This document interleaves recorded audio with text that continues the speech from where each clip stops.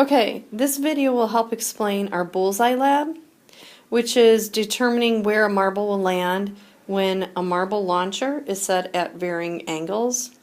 So here's our marble launcher. You pull back this lever here to set the spring, and we will be using the first notch, and then you will place the marble, which is a plastic marble. I'm keeping it steady with a tape, and you'll place that in the muzzle. So the first part, we have to set it to 0 degrees, which is really like launching a projectile horizontally, because when it's launched at 0 degrees it just goes down and there's no angle to it. So we're solving it like a horizontal projectile. The trick here is that once we set up part 1 and do the best job that you can at 0 degrees, because that is setting our launcher's velocity, and then once you record the number, which is located on the back side of the marble launcher, you want to use the same launcher throughout the whole lab. So make sure you record the launcher number before you leave class today and after completing part 1. So please make sure your goggles are on to protect our eyes. We're launching it at 0 degrees, so in other words, our vertical velocity is 0. So part 1, very similar to the ball rolling off the table in our projecting trajectories lab. Use the same notch each time.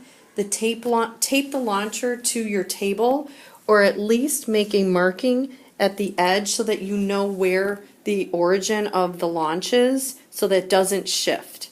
So I would use a blue tape or make a mark so that you know where it starts. Try it a few times so that you know where to place the carbon paper, and have your meter stick handy. So in other words, for this part 1, you are determining where it lands, the horizontal displacement, 4 different times.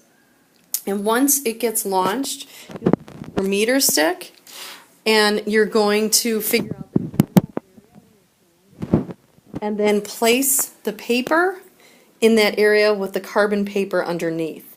And then you can go ahead and measure from the end of the muzzle to where the marks are made on your paper with the carbon paper. And you will take the average horizontal displacement. So then we go to our Y side, the vertical motion. We know acceleration due to gravity is negative 9.8. Vertical velocity is 0 since it's launched at 0 degrees. dy will be the distance from the ground to the muzzle. So from, in other words, this tabletop here to the tip or to the center of the muzzle. And that will be your dy. So in order, since we have those 3, in order to determine time, you're going to use VivifDat number 3 like we've done. So this will conclude how to do part 1 for Bullseye Lab.